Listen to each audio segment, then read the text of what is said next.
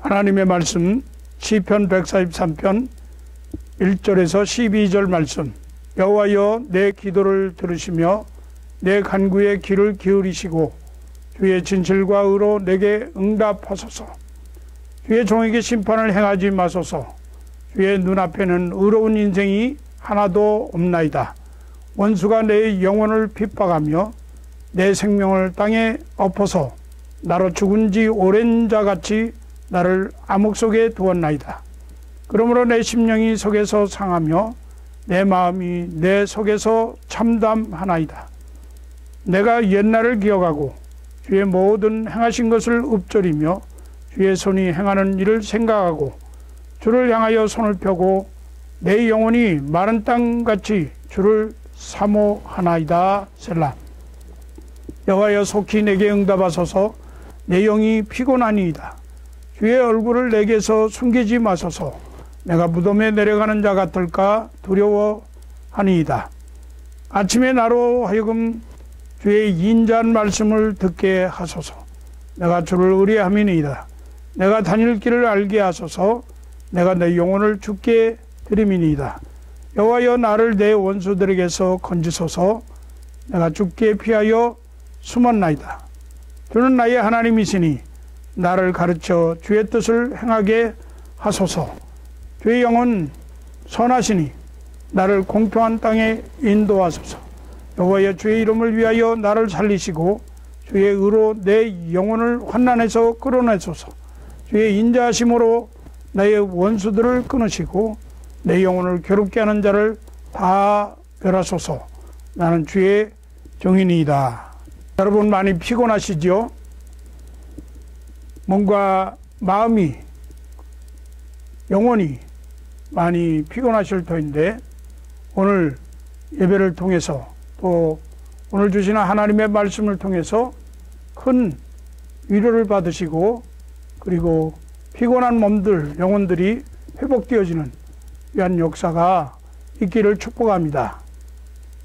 그래서 오늘 저는 피곤을 극복하는 인생이라고 하는 주제로 말씀을 나누면서 함께 은혜를 받고자 합니다. 현대는 무한 경쟁과 Yes, I can do it 이라고 하는 긍정의 시대가 되어가고, 자기 개발에 성공한 사람들의 성공 사례가 롤모델이 되어서 많은 세상 사람들의 목표가 되어가고 있는 시대입니다. 그리고 세상 모든 사람들도 자신이 자유로운 삶을 살려고 발버둥을 치다가 오히려 자신의 성과에 매달려서 점점 피곤한 사회가 되어버렸습니다. 갈수록 삶이 경쟁적이 되어가면서 몸과 마음이 피곤하고 답답합니다.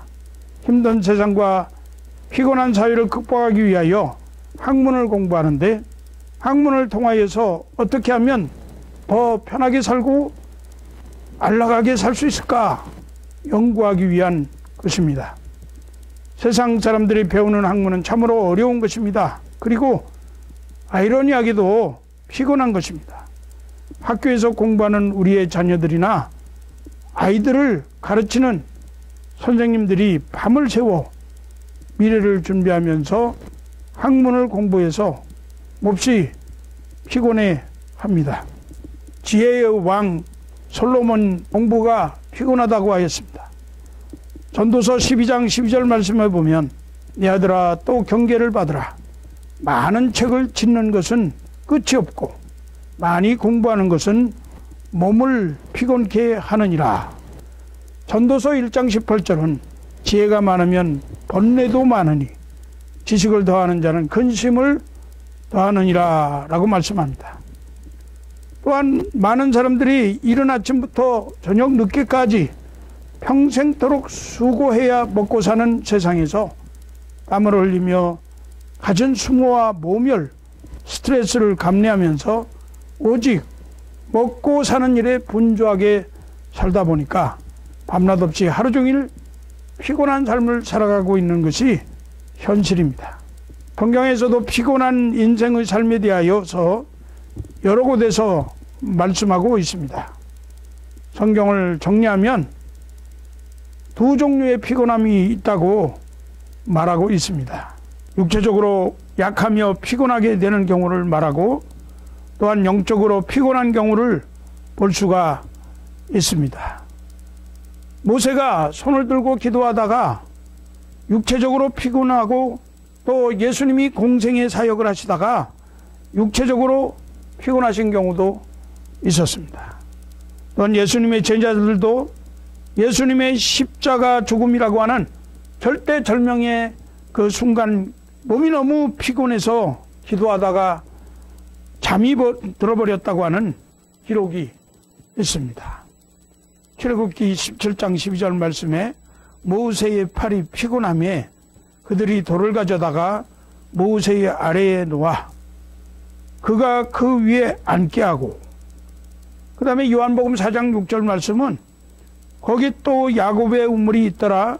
예수께서 길 가시다가 피곤하여 우물 곁에 그대로 앉으시니, 마태복음 26장 43절은 제자들의 그 피곤해서 자는 광경을 기록을 했는데, 다시 오셔 보신즉 그들이 자니 이는 그들의 눈이 피곤함이라라.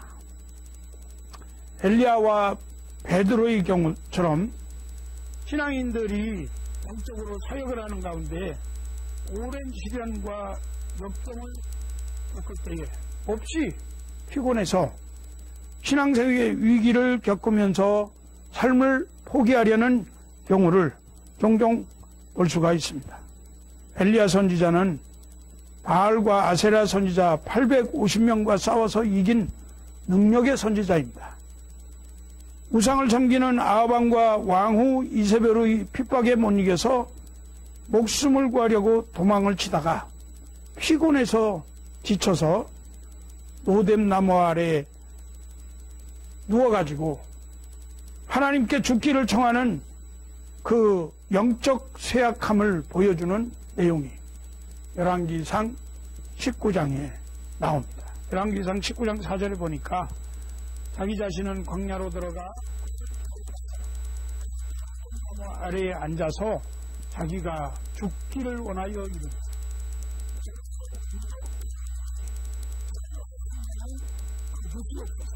하는데 조상들보다 낫지 못하는가.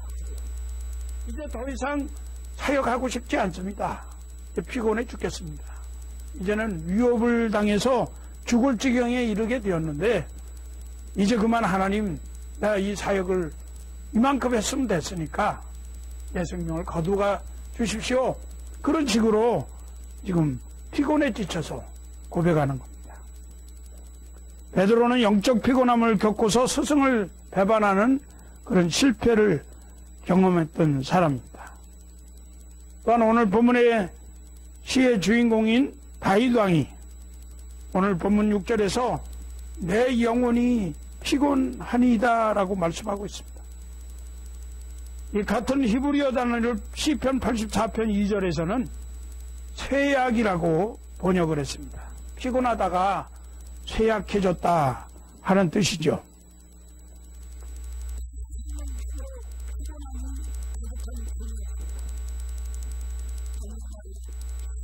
사울 왕에게 쫓겨다니면서 자기를 따르는 600여 명의 불황아들과 광야 생활을 하면서 떠돌 때에 날마다 사망의 음침한 골짜기를 다니는 것 같은 그 자신과 죽음 사이에는 한 걸음뿐이라고 고백할 수밖에 없었던 그러한 피곤한 인생살이, 고달픈 삶을 살았습니다. 본문에 그 앞에 보면 다윗의 시라고 이렇게 기록이 되어 있는데요. 본 시는 다윗의 개인적인 그 비탄을 노래하는 그런 시고, 다윗이 기록한 7편의 그 참회시 가운데 하나입니다. 여기서는 대적들이 거하는 그 자기에게 가하는 그 고통으로부터 해방되고 싶어하는 다윗의 간절한 소망이 하나님을 향한 간구의 형식으로 표현되어 있습니다. 다윗은 먼저 1절에서 4절에서 삶의 고단함으로 영육간에 쇠약한 자신의 처지를 하나님께 고백하고 5절로부터 8절까지에서는 여호와 하나님의 도우심을 간절히 호소한 후에 마지막으로 9절에서 12절까지 자신에게 핍박을 가하는 원수들에 대한 심판을 하나님께 기원하고 있는 것이 본시의 내용입니다. 앞에 말씀드린 6편의 참회시들과 주제와 상황이 비슷하지만 자신에게 주어진 이러한 역경의 원인이 피곤함이 자신의 죄성에서 왔다고 하는 것을 인정하는 것이 시편 143편의 특징이라고 할 수가 있습니다. 2, 3절에서 그의 종에게 심판을 하나도 없나이다. 원수가 내 생명을 핍박하며 내 생명을 땅에 엎어서 나로 죽은 지 오랜 자같이 암흑 속에 두었나이다 라고 자신에게 닥친 참담하고 피곤한 현실이 피조물인 인간의 죄성으로 인한 것임을 솔직하게 고백하고 있는 것입니다. 오늘 본문 4절 말씀에 보니까 그러므로 내 생명이 속에서 상하며 내 마음이 속에서 참담하나이다. 이 죄성으로 인해서 참으로 생명이 상하고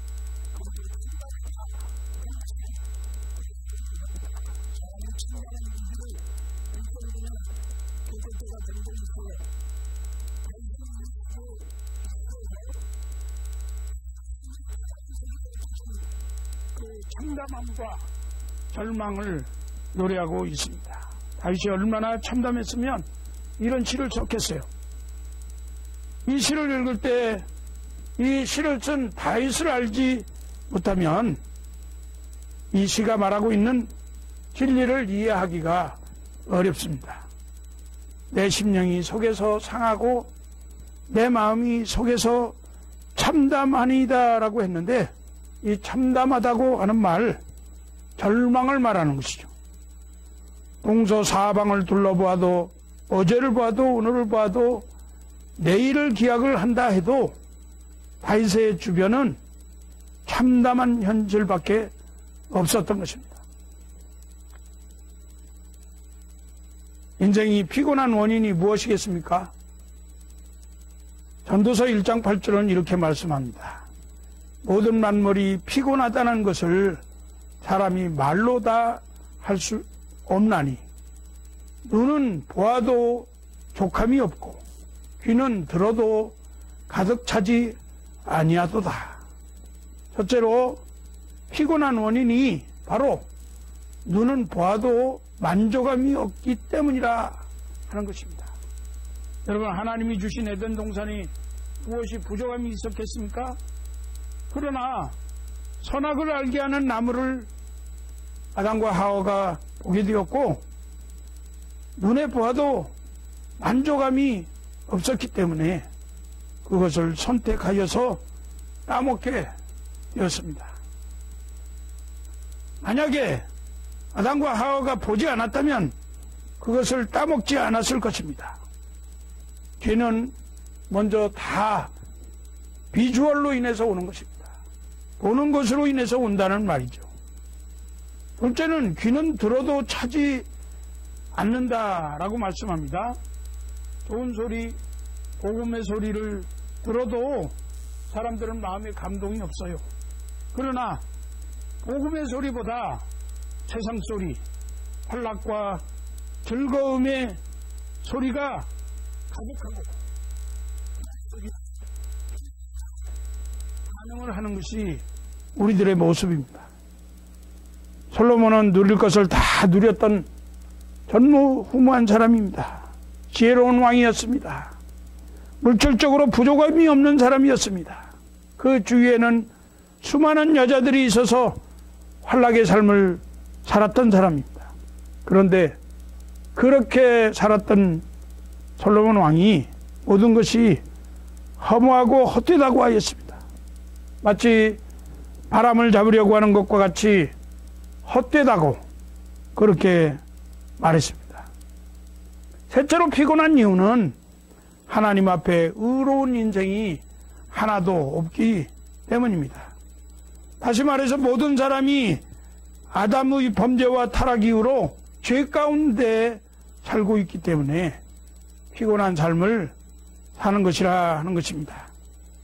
창세기 3장 17절 말씀이 아담이 범죄하고 난 뒤에 하나님께서 아담에게 이르시되 네가 네 아내의 말을 듣고 내가 네게 먹지 말라 한 나무의 열매를 먹었은즉 땅은 너로 말미암아 저주를 받고 너는 네 평생에 수고하여야 그 소산을 먹으리라. 시편 143편 2절을 말씀합니다. 주의 종에게 심판을 행하지 마소서. 주의 눈앞에는 의로운 인생이 하나도 없나이다. 그렇습니다. 세상에서는 인생들의 눈과 귀에 만족할 만한 아름다움과 기쁜 소리가 없는데도 그것을 추구하려는 인생들을 피곤하게 합니다. 인생들의 내면에 있는 죄성으로 인해서 육체의 정욕, 안목의 정욕, 이생의 자랑거리들이 매 순간 유혹함으로써 인생의 영혼과 삶을 피곤하게 하고 참담하게 만드는 것입니다. 우리는 시편 143편을 통해서 다윗이 죄에 대한 근본적인 자각을 하고 있다고 하는 것을 깨닫게 됩니다. 우리는 이제 이 시를 이해하기 위해서 다윗을 이해할 필요가 있어요. 다윗은 어떤 사람입니까? 하나님은 이새의 아들 다윗을 만나니 내 마음에 합한 사람이라 그렇게 말씀했는데요. 그 말씀의 배경이 어디에 있는가? 하나님이 사무엘 선지자에게 이새의 집으로 가라. 거기서 내가 이스라엘을 다스릴 왕을 선택하리라 했습니다.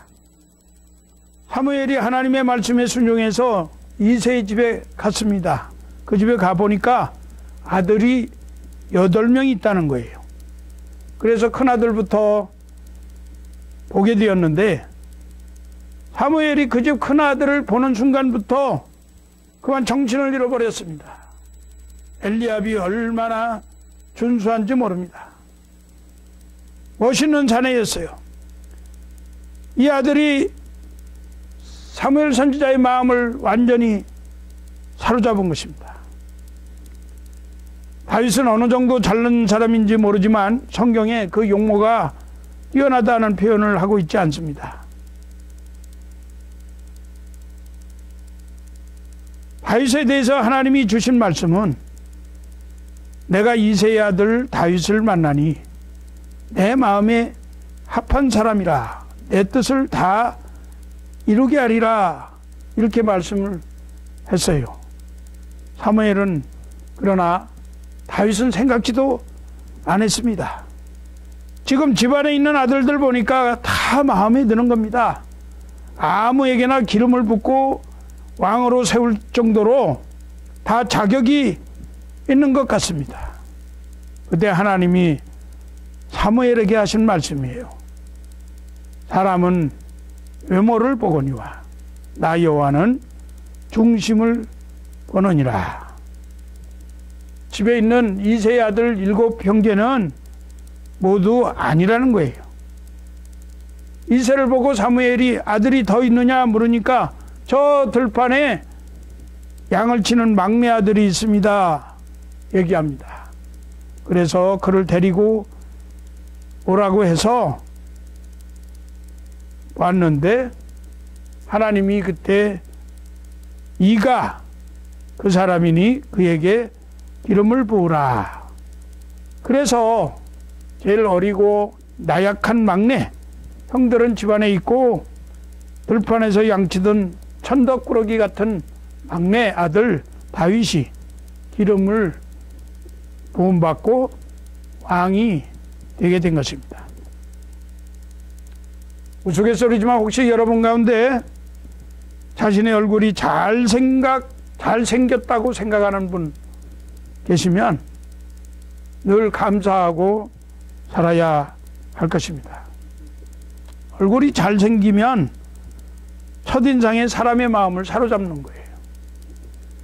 얼굴 잘생긴 것이 첫인상이 결정적인 도움을 주는 건 사실입니다. 이게 보통 복이겠어요? 그러니까 늘 감사하고 살아야 합니다. 그러나 2번 만나보고 3번 만나보고 함께 그 사람과 사귀어보고 함께 일해보면 얼굴은 별로 도움이 안 되는 것 같아요. 무엇이 도움이 되는지 아십니까? 그 사람의 마음 중심이 도움이 됩니다. 인격과 마음 씀씀이가 크게 도움이 됩니다. 그 사람 인상도 좋았는데 참 속도 좋네, 친구기네, 이렇게 돼야지. 그 사람 얼굴과는 영 딴판이네, 인물값도 못하네, 그런 평판을 들으면 되겠습니까? 다윗은 사람을 죽인 전과가 있는 사람입니다. 간음한 사람입니다. 자기 부하의 한 가정을 하루아침에 파괴시킨 가정 파괴범입니다. 그런데 성경이 무엇을 우리 앞에 가르쳐 줍니까? 다윗은 큰 범죄에 빠지는 순간에도 그 중심이 하나님을 향하고 있었습니다. 여러분, 넘어진 직후에 그 사람의 마음이 하나님을 향하느냐 향하지 않느냐, 그 차이밖에 없는 거예요. 다윗은 살인과 간음을 했지만 그는 하나님을 향하여 영혼 깊은 곳에서부터 마음 중심으로부터 눈물로 침상을 적시며 회개 기도를 드렸던 것입니다. 시편 51편은 다윗의 회개 기도입니다. 6절에서 12절 말씀해 보니까 보소서, 주께서는 중심이 진실함을 원하시오니 내게 지혜를 은밀히 가르치시리이다.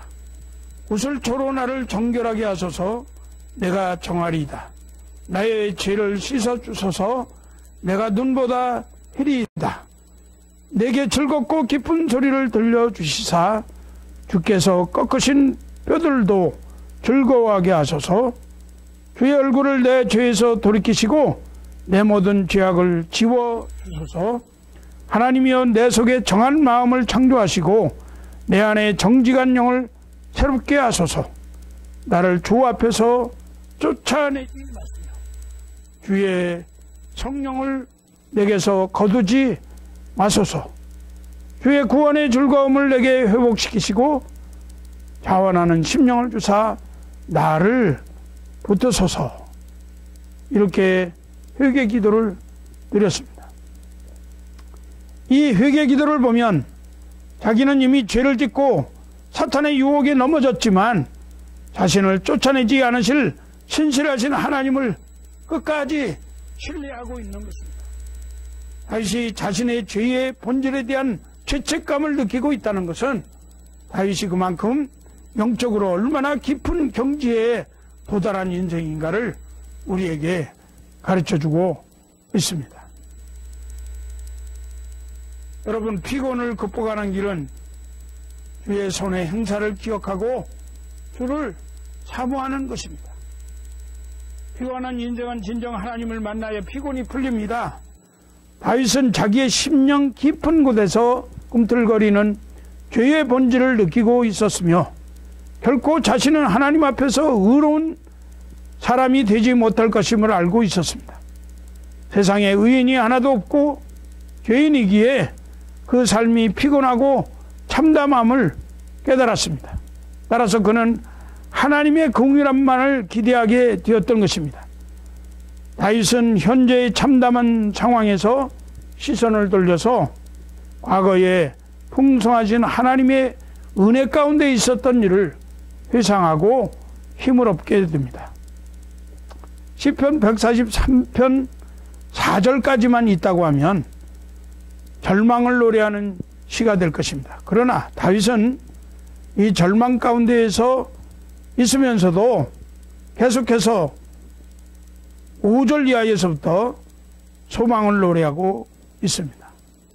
그리고 다시 하나님의 은혜를 소망 중에 사모하면서 과거에 그에게 인자를 베푸셨던 하나님께서는 현재도 자기에게 긍휼을 베푸신다고 생각을 한 것입니다. 5절에서 6절 말씀을 읽어보겠습니다. 내가 옛날을 기억하고 주의 모든 행하신 것을 읊조리며 주의 손의 행사를 생각하고 주를 향하여 손을 펴고 내 영혼이 마른 땅같이 주를 사모하나이다.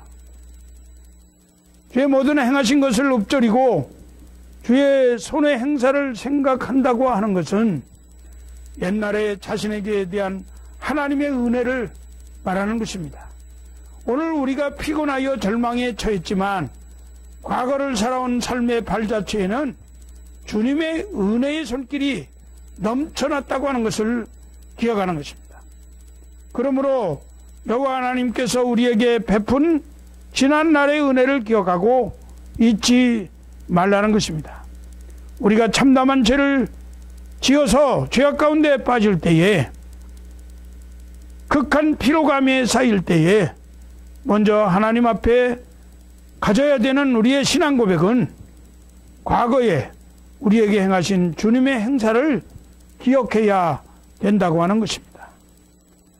우리가 오늘 좌절에 빠져도 지금까지 베풀어 주신 하나님의 은혜를 생각하는 그 믿음을 가지고 있어야 됩니다. 옛날에 하나님이 나를 이끌어 주셨던 하나님의 손길을 생각합니다. 그리고 그 은혜와 돌보심에 감사하는 성숙한 인생들이 되어야 할 것입니다. 신명기 24장 22절 말씀은 너는 애굽 땅에서 종되었던 것을 기억하라. 이러므로 내가 네게 이 일을 행하라 명령하노라. 출애굽기 20장 2절은 나는 너를 애굽 땅 종되었던 집에서 인도하여 낸 네 하나님 여호와니라. 주를 향하여 손을 편다고 하는 것은 두 가지 신앙 고백이 있습니다. 첫째는 절대 신뢰를 한다 하는 서원의 의미가 있어요. 하나님 앞에 서원하는 것입니다. 내가 이제는 하나님 앞에 항복합니다. 내가 죄인입니다. 내가 잘못했습니다. 이렇게 손을 펴고 항복을 하는 선언입니다. 두 번째, 손을 편다고 하는 것은 빈손을 말하는 거예요. 손을 편다는 것은 하나님에 대한 의지와 충성을 맹세하는 것입니다. 하나님, 이제 당신을 나의 주로 섬기겠습니다. 당신을 절대 신뢰하며 절대 충성하겠습니다. 라고 하는 신앙의 고백입니다. 시편 143편 8절 말씀에 아침에 나로 하여금 주의 인자한 말씀을 듣게 하소서. 내가 주를 의뢰함이니이다. 내가 다닐 길을 알게 하소서. 내가 내 영혼을 주께 드림이니이다. 아침은 하나님이 한날의 햇살을 또 다른 한날을 주셔서 감사하게 하는 첫 시간입니다. 한날 더 살아갈 수 있도록 은혜를 베풀어 주심에 감사하는 첫 시간입니다. 찬란하게 빛나는 떨기나무 불꽃 아래서 주님을 만나는 첫 시간입니다. 우리의 생활 가운데 가장 고요한 시간을 주님께 드리면은 이 피곤한 인생을 성공적으로 살아갈 수 있다고 믿습니다. 사랑하는 성도 여러분, 이른 아침에 주님을 만나는 것이 가장 큰 축복이 될 것입니다. 다윗의 기도와 소원이 우리가 새로운 날 아침을 맞이해요 삶의 현장인 가정과 일터로 갈 때마다 영혼과 마음 중심에서 일어나야 되는 것입니다. 여러분들의 앞길이 환하게 열려지기를 원하십니까? 여러분들의 길이 어떤 길을 선택해야 할지 갈팡질팡 주저하시게 됩니까? 여러분들의 자녀들이 앞날이 불안합니까? 아침에 다닐 길을 알게 해주시는 우리 하나님 여호와께 기도해야 하지 않겠습니까? 주님이 가르쳐 주시는 길만 가고 아침에 주님을 의지하고 주님의 말씀하시는 그 인자한 말씀을 순종하기만 하면 우리의 피곤이 물러가게 될 줄로 믿습니다. 시편 143편 10절은 주는 나의 하나님이시니 나를 가르쳐 주의 뜻을 행하게 하소서. 주의 영은 선하시니 나를 공평한 땅에 인도하소서. 이렇게 고백했습니다.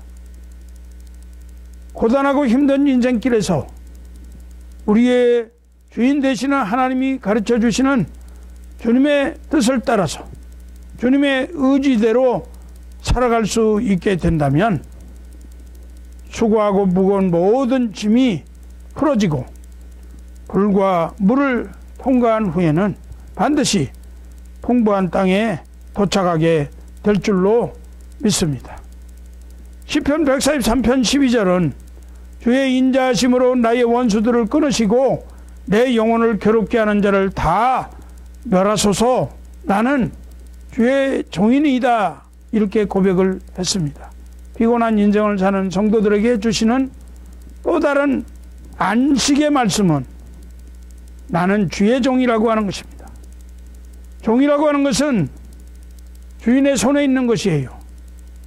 내가 주인이면 내가 모든 일들을 다 해야 합니다. 그러나 내가 종이면 그런 걱정할 필요가 없어요. 단지 주인이 시키는 대로 하고 주인의 말만 들으면 되는 거예요. 모든 일은 다 주인이 하시는 겁니다. 그렇기 때문에 종은 피곤한 인생을 살 필요가 없는 거예요. 이제 말씀을 맺으려고 합니다. 다윗은 평소에도 모든 경우에 다윗의 충성심이 하나님을 향하고 있었습니다. 오늘 우리가 이 점을 다윗에게서 배워야 하는 거예요. 고통스러운 삶을 이겨보려고 술잔을 기울이면서 내 인생이 이게 무슨 꼴이냐? 이렇게 비탄해야 하는 분들이 계시겠지요?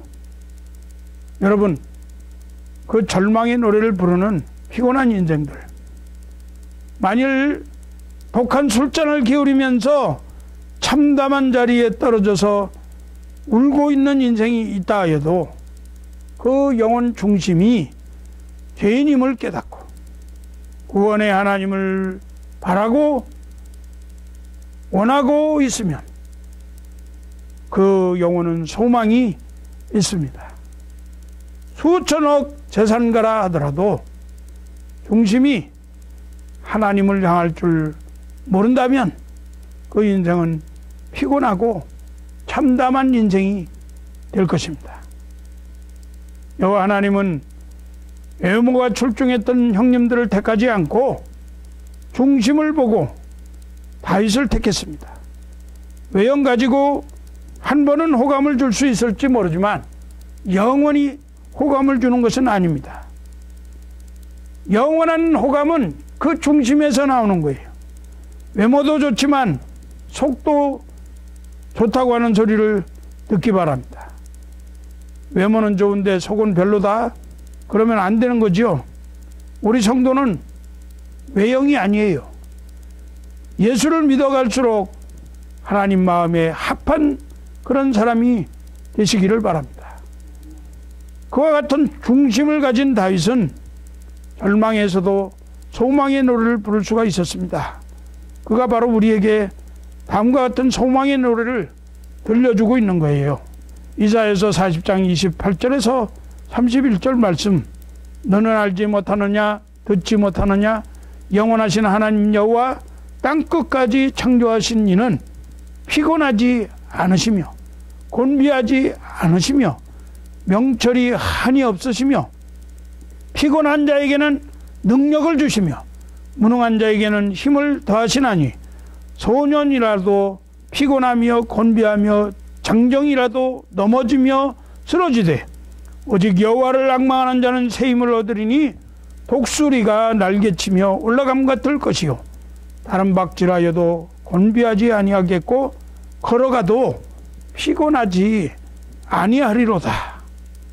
시편 4편 8절에서는 내가 평안히 눕고 자기도 아리니 나를 안전히 살게 하시는 이는 오직 여호와시니이다.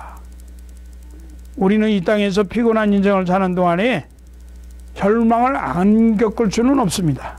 그러나 피곤한 인생을 살아가는 가운데 관계를 잘 맺는 것이 중요합니다. 사람과 사람 사이의 관계도 잘 맺는 것이 중요하죠. 사람과 사람 관계가 좋으면 자신이 어려울 때에 그동안의 관계를 잘 해놓은 사람들의 도움을 받을 수가 있어요.